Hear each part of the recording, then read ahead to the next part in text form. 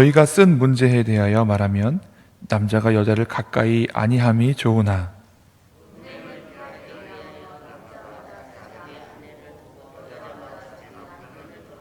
남편은 그 아내에 대한 의무를 다하고 아내도 그 남편에게 그렇게 할지라.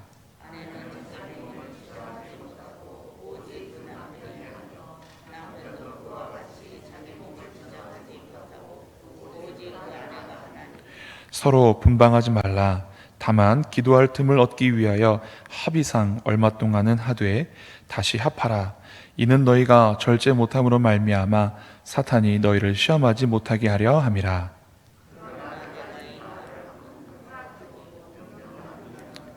나는 모든 사람이 나와 같기를 원하노라.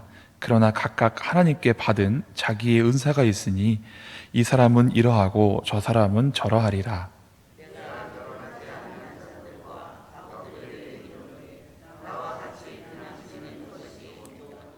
만일 절제할 수 없거든 결혼하라. 정욕이 불같이 타는 것보다 결혼하는 것이 나으니라.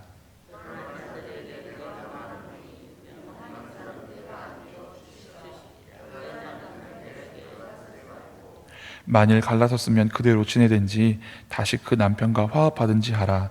남편도 아내를 버리지 말라.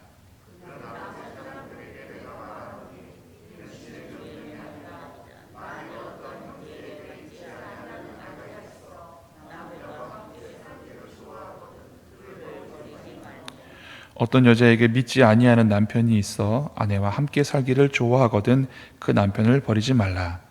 믿지 아니하는 남편이 아내로 말미암아 거룩하게 되고 믿지 아니하는 아내가 남편으로 말미암아 거룩하게 되나니 그렇지 아니하면 너희 자녀도 깨끗하지 못하리라. 그러나 이제 거룩하니라. 아멘. 그리스의 유명한 철학자 소크라테스는 공처가였다고 합니다.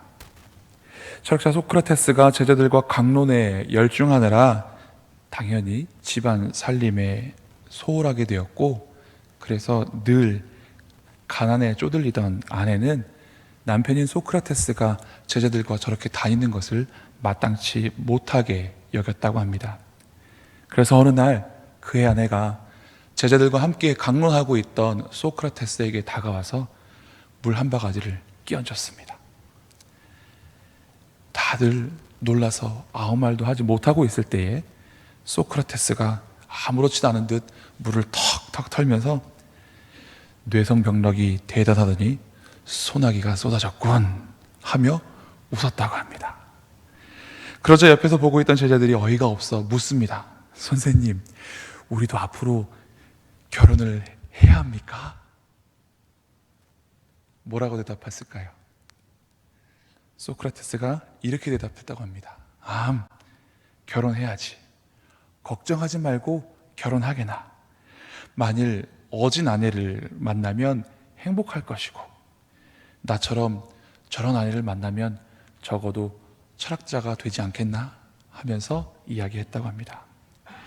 그리스의 위대한 철학자 소크라테스에게도 결혼 생활은 쉬운 일은 아니었나 봅니다. 저희 부교육자들이 고린도전서의 말씀을 주말마다 이렇게 이어서 나누고 있는데요, 오늘 본문인 고린도전서 7장에서는 1절에 보니 너희가 쓴 문제에 대하여, 그래서 고린도 교인들이 사도 바울에게 이런 것들이 성도의 신앙생활에 문제가 있는데 어떻게 하면 좋을까요? 하고 물은 내용에 대해서 사도 바울이 답하고 있는 본문을 우리가 오늘 나누고 있는 것입니다.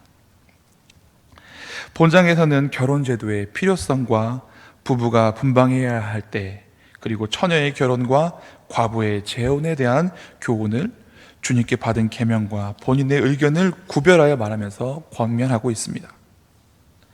6절 말씀 보면 그러나 내가 이 말을 함은 허락이요 명령이 아니다. 또 25절 26절에는 처녀에 대하여는 내가 주께 받은 계명이 없으되 주의 자비하심을 받아서 충성스러운 자가 될 내가 의견을 말하노니 내 생각에는 이것이 좋으니. 또 40절에는 그러나 내 뜻에는 그냥 지내는 것이 더욱 복이 있으리로다 하면서 하나님께 받은 계명과 자기의 의견을 이렇게 나누어서 그리스도인의 가정생활, 부부생활에 대해서 이야기하고 있습니다. 일반인들의 결혼은 대개 윤리적인 측면과 종족 보존의 차원에 대해서 이야기되어지고 이루어집니다. 그러나 그리스도인들의 결혼은 그리스도인들의 가정을 이루어 나가서 출산하고 양육함으로써 창세기 1장 28절에 하나님께서 우리에게 명령하시고 복주신 생육하고 번성하라는 하나님의 창조 질서를 이루기 위한 제일되는 목적이 있습니다. 또한 그리스도인의 부부간의 연합, 완전한 연합은 성경에서는 그리스도와 교회의 관계로 비유될 만큼 매우 중요합니다. 에베소서에 보면 부부의 관계를 설명할 때 그리스도께서 교회를 사랑하듯 남편이 아내를 사랑하고 또 교회가 그리스도께 순종하고 사랑하듯 아내가 남편에게 그렇게 하라고 성경은 말씀하십니다. 이처럼 성경에서도 그리스도와 성도의 연합관계를 남녀와의 관계로, 부부와의 관계로 말씀할 만큼 우리 믿는 사람에게 가정생활이란, 믿음의 가정을 세우는 일은 매우 중요하다고 할 수 있습니다. 이제 말씀을 통해서 그리스도인들의 믿음의 가정을 이루는 영적인 원리를 좀 살펴보도록 하겠습니다. 구체적으로 이렇게 하라 저렇게 하라, 이것은 옳지 않다, 여기 사도 바울은 그렇게 말씀하고 있지만 나름 사도 바울이 영적인 원리를 가지고 접근하고 있기에 우리가 부부생활뿐만 아니라 믿음의 가정을 세우는 데 있어서 부모와 자녀가의 관계 혹은 형제 간의 관계에 있어서도 적용될 만한 영적인 원리들을 살펴보도록 하겠습니다. 믿음의 가정을 위한 첫 번째 영적인 원리는 신앙의 도모와 성결입니다. 5절 말씀을 함께 읽겠습니다. 서로 분방하지 말라. 다만 기도할 틈을 얻기 위하여 합의상 얼마 동안은 하되 다시 합하라. 이는 너희가 절제 못함으로 말미암아 사탄이 너희를 시험하지 못하게 하려 함이라. 아멘. 즉 5절 말씀에 살펴보니 부부가 분방해야 되고 혹은 합방해야 되는데 분방하는 이유가 기도할 틈을 얻기 위하여라고 말씀하고 있습니다. 또 다시 합해야 될 이유는 사탄이 시험하지 못하게 하기 위함이다라고 말합니다. 그리스도인의 부부 생활은 영적인 성숙함을 도모해야 하는 데 있습니다. 그리고 거룩하고 성결함을 도모해야 하는 것입니다. 부부간의 문제일 뿐만 아니라 부모와 자녀들도 믿음의 가정이라 하면 기도하는 것, 영적인 성숙함을 얻는 것, 여기에는 안 나와 있으니까 말씀을 안 읽어도 될까요? 그렇지 않습니다. 말씀도 읽어야 되고 또 예배도 드려야 하는 것입니다. 즉 영적인 성숙함을 위해서 믿음의 가정들은 노력하고 애써야 한다는 것입니다. 믿음의 가정을 위한 두 번째 영적인 원리를 보도록 하겠습니다. 그것은 구원과 거룩입니다. 14절 말씀을 한번 읽어보겠습니다. 믿지 아니하는 남편이 아내로 말미암아 거룩하게 되고 믿지 아니하는 아내는 남편으로 말미암아 거룩하게 되다니 그렇지 아니하면 너희 자녀도 깨끗하지 못하니라. 그러나 이제 거룩하니라. 16절 말씀 우리가 읽지 않았지만 한번 읽어보겠습니다. 아내된 자여 내가 남편을 구원하는지 어찌 알 수 있으며 남편 된 자여 내가 내 아내를 구원하는지 어찌 알 수 있으리요. 아멘.